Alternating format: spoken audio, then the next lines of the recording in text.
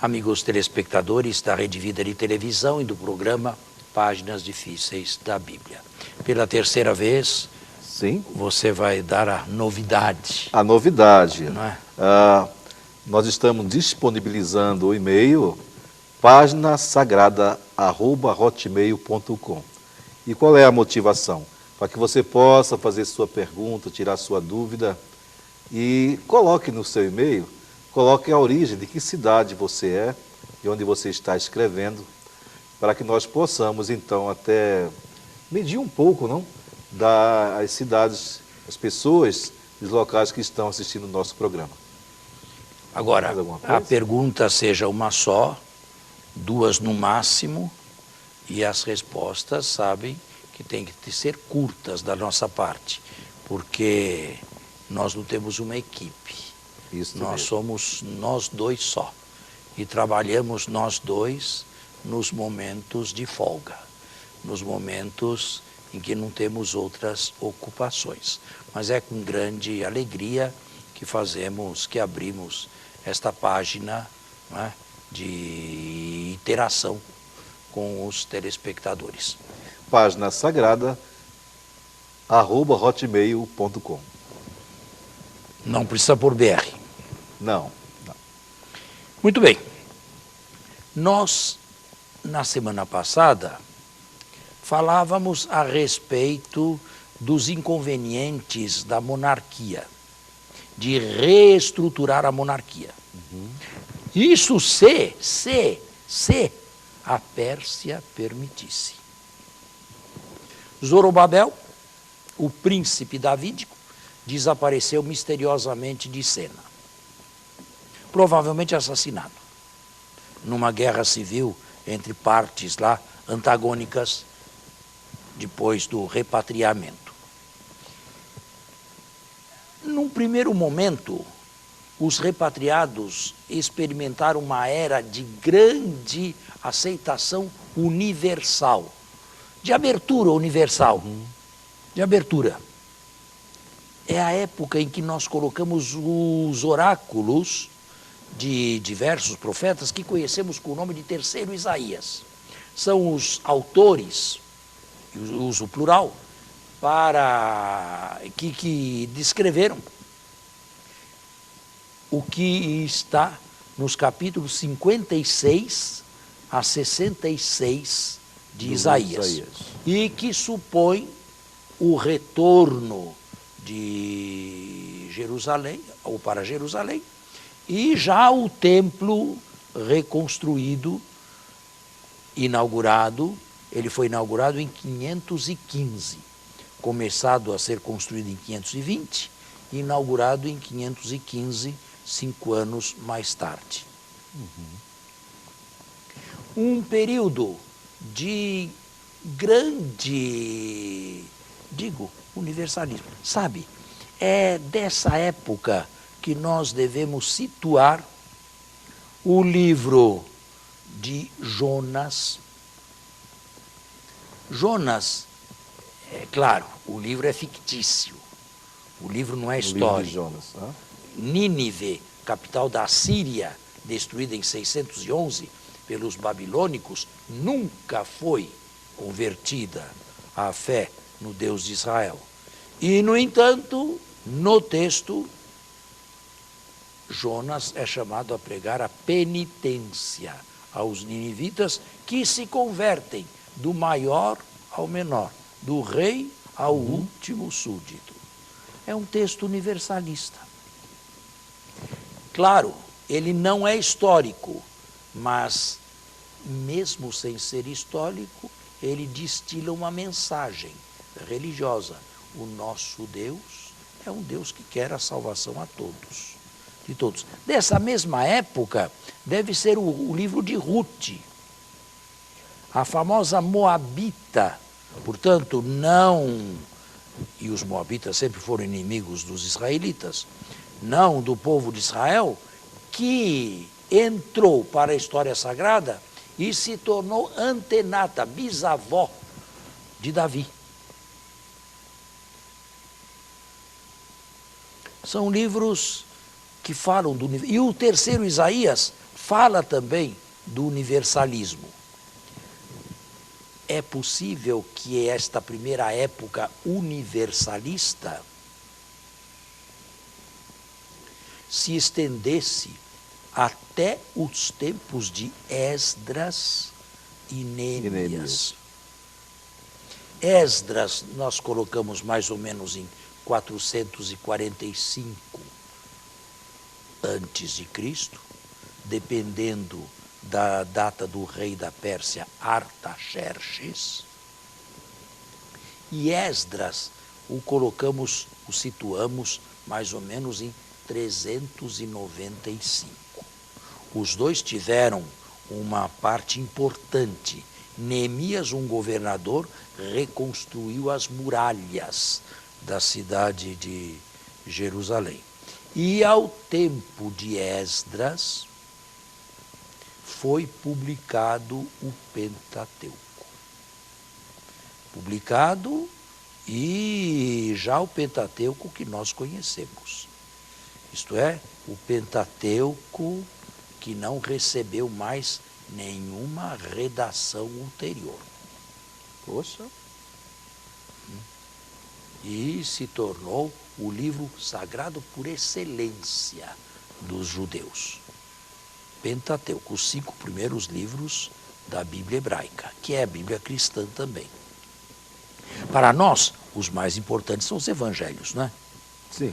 Mas para eles, para os judeus, até hoje, para os judeus religiosos, é o Pentateuco. Certo? Com as partes narrativas e, sobretudo para eles, com as partes legislativas. E aqui nós temos que fazer adendos. Quando se tentou reconstruir o templo, o modelo parecia ser o templo de Salomão, mas na verdade não era. Eles não tinham o modelo.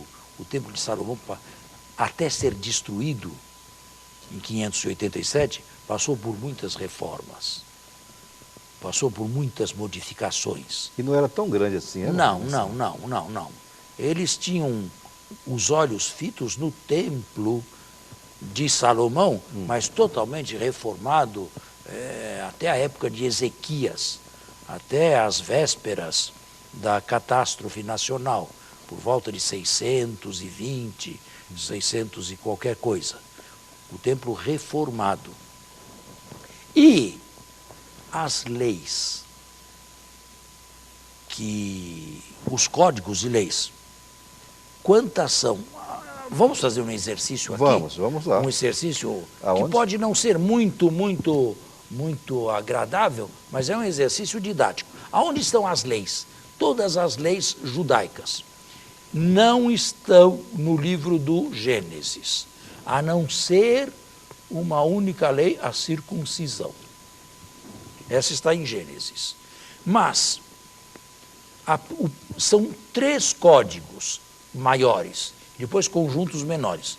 O primeiro código está em Êxodo, capítulo 20, versículo 22, até o final do capítulo 23, 33. Êxodo 20? Êxodo 20, 22 a 23, 33. Ele é precedido do Decálogo, Êxodo 20, 1 a 17.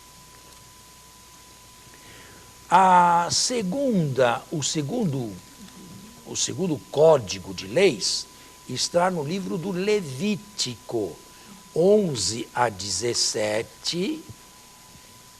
Levítico é logo em seguida. Desculpe, né? 11 a... Não, eu estou confuso aqui. 17 a 26.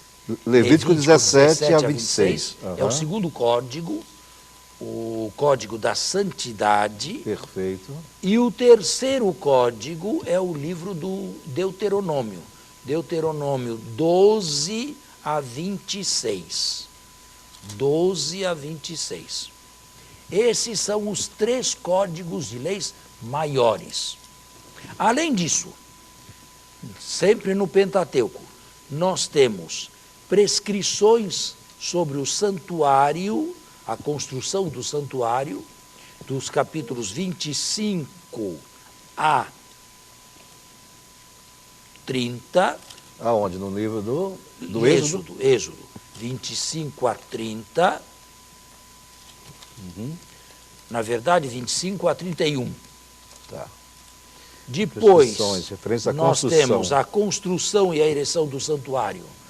Eles projetam no passado o modelo que eles têm no repatriamento, a época do pós-exílico, são os capítulos 35 a 40 do Êxodo. Vamos para o terceiro livro, que é o livro do Deuteronômio, é o livro do Levítico.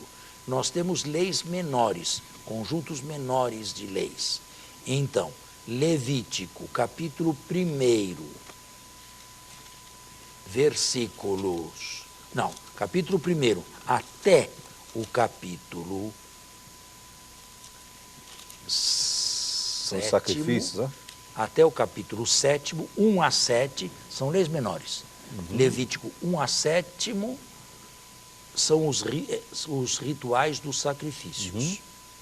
8 a... Levítico sempre, 8 a 15. Sobre os sacerdotes, né? 8 a 15, 8 a 14. 12. A 8 a 12? Não. 8 a 10. É preciso tomar cuidado. 8, 9 e 10. São regras referentes aos sacerdotes, às investiduras sacerdotais. Depois, 11 a 15 são as leis do puro e do impuro. Pronto. Essas são as leis do Pentateuco. Nós vamos ter que fazer um intervalo. Brevíssimo intervalo. E voltamos. Amém.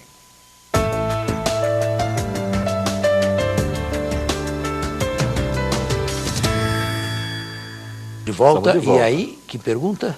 Sobre os artigos. Fala assim, 618 artigos. Né? Não. Isso Preceitos. São preceitos. Preceitos. São esses aqui. São esses. São esses aqui. Tá. São esses aqui os preceitos. Eu falei certo? 618? 600 é alguma coisa. 616. 616. São esses aqui os preceitos, que para nós são dois. O amor a Deus e ao próximo. E o amor ao próximo como a si mesmo. Não é? Quer dizer, há outros, mas os importantes são esses aí. Quem cumprir esses, cumpre todos. Agora, sabe, eu estava achando estranho uma coisa que não tem nada a ver assim com páginas difíceis, mas chama a atenção de nós católicos. Nós tivemos há pouco aí, um mês atrás, um pouco mais aí, a festa de Corpus Christi. Sim. Lá em São Paulo, houve uma missa na catedral, celebrada lá pelos sacerdotes e pelos bispos e pelo arcebispo, cardeal, e uma procissão. Olha, eu acho que não havia 3.000 pessoas. No domingo seguinte, os protestantes fazem aquela famosa passeada, não sei se aqui em Brasília ou só em São Paulo. Também fazem. Aqui em Brasília também fazem? E dizem que colocam lá... Bom, estava no jornal que os autores falaram em 3 milhões, mas a polícia falou em 190 mil. Há uma diferença grande, não é? De qualquer forma, ainda que seja 190 mil, é bem maior do que 3 mil, não é? Nós não somos capazes de colocar católicos na rua. A realidade de Brasília aqui é outra. Né? Aqui os católicos vêm e comparecem aí à esplanada. Graças a Deus. Vem. Eu não soube quantificar quantos, mas foi um bom número. Fez-se a procissão ou só? Fez-se. Aqui todo ano faz também a procissão. Lá na esplanada? Sim. Leva o Santíssimo? Sim, perfeito. Em carro ou é na mão? No carro. Em carro, a procissão. É bonito. Lá em São Paulo, não sei o que está acontecendo. Eu acho que os católicos estão ficando preguiçosos, sabe? Bom, foi de manhã, feriado, fazia um pouco de frio. Não sei se foi isso que espantou Aqui um nós pouco. fizemos, aqui sempre é à tarde. Né? Eu acho que à tarde seria um horário mais... Se bem que de manhã também há programação, mas o ponto alto, né? A Santa Missa é à tarde, com a procissão é à tarde, às 16 horas. Não, isso aqui é só para dizer que nós católicos estamos precisando de um chacoalhão. Talvez um despertar, não? Um chacoalhão, mas para despertar, às vezes a gente precisa ser Chacoalhão. chacoalhado. Muitas vezes. Sabe? E às vezes Deus se encarrega de nos chacoalhar. De uma maneira não muito agradável, não esperada, mas um chacoalhão. Eu fico pensando muito, se o reino vos será tirado e será dado a um outro povo, que produza mais fruto do que vós. Nós não podemos dormir em berço esplêndido, não, sabe? Eu lamento muito esta sangria da Igreja Católica para as seitas, com todo o respeito às seitas, né? Mas eu acho que o católico deveria permanecer na Igreja Católica. O que acontece com o católico que deixa a Igreja Católica? Talvez ele nunca tenha entrado nela. Ou se ele entrou, ela não entrou nele. É mais fácil assim. Talvez ele entrou diversas vezes, muitos anos, dentro da igreja, mas não deixou ela entrar nele. E aí, se ela não entrar nele, ele Por não outro lado, permanece. muitas seitas abrem na calçada. Quer dizer, não tem uma fé definida, não tem um credo definido, não tem uma teologia definida, não tem sacramentos definidos, não tem uma história por detrás, não tem uma legislação canônica. Algumas são bancos coletores de imposto, de dinheiro, e milagreria e nada mais. Já a Igreja Católica exige um pouco mais de... Mas outro dia me chamou a atenção um sacerdote, aliás, nem foi aqui, foi em Roma essa conversa. Ele disse, olha, acontece com muitas dessas seitas aí, que o que acontece com certos ônibus e certos metrôs, vagões de metrô, estão sempre cheios, mas tem sempre gente saindo e gente entrando. Nunca há perseverança. É sempre gente saindo e gente entrando. Eu gostaria que um programa como esse aqui, de alto nível, suscitasse o interesse de católicos de alto nível também, a não pensar que a Igreja Católica seja apenas para velhos, velhas e crianças, e salas de catecismo para crianças de 9 e 10 anos de idade. E que um adulto como nós não temos que aceitar essas coisas aqui, porque isso aqui é coisa infantil. Não, eu tenho feito um esforço para levar cultura, para tirar a Bíblia apenas dos púlpitos e das salas de catecismo e trazê-las para o mundo, para o confronto, para a cultura. E nós temos que dialogar com a cultura e queremos que a cultura e os homens cultos dialoguem conosco também, sem nenhum complexo de inferioridade da nossa parte. Estou certo? Certíssimo, certíssimo. Nós não temos que ter medo da cultura. E é isto que eu faço aqui com essas histórias. Agora, é claro que quando eu estou no púlpito, vestido de sacerdote, fazendo uma homilia, eu não uso esta linguagem. Lá é outro lugar, é outra linguagem. Lá é a linguagem da transmissão da palavra de Deus e fazer com que aquela palavra seja atualizada àquela assembleia que a acabou de escutar. Não é sala de aula. E aqui não é igreja. Portanto, para mim, cada coisa na sua sede própria. Bela explicação essa. Certo? Certo. E podemos continuar aqui na nossa sede científica. Mas eu também uso, como sacerdote e como fiel, eu uso a Sagrada Escritura e busco na Sagrada Escritura o meu alimento. Só que eu entendo um pouco mais, cientificamente ao menos, o que leio. Não significa que eu seja mais santo. Não significa que eu esteja mais perto de Deus. Não significa que tenha mais intimidade com Deus. Pode ser que uma leiga de idade aí, uma senhorinha, pode ser que uma religiosa sem muita cultura tenha muito mais santidade e aproximação de Deus do que eu. E, no entanto, a cultura não faz mal a ninguém.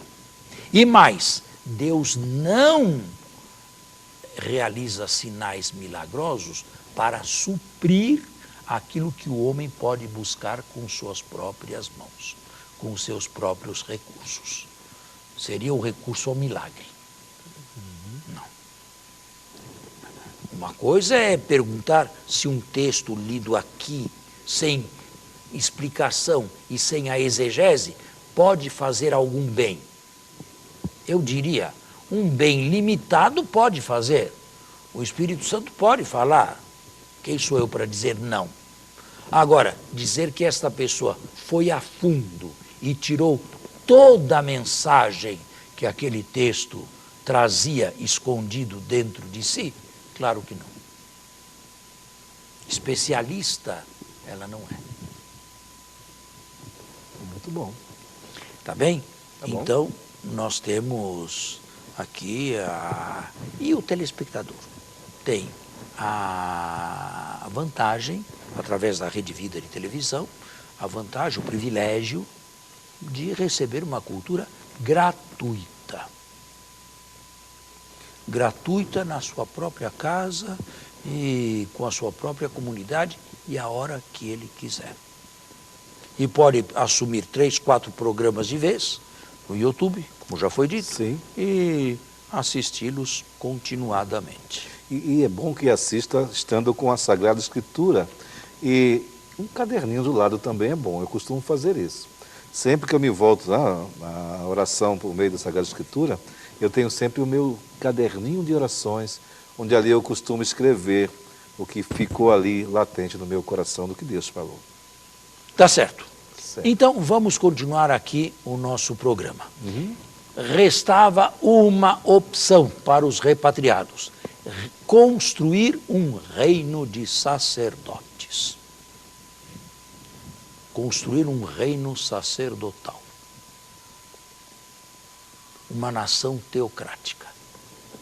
Bem, o sacerdócio se estratificou definitivamente.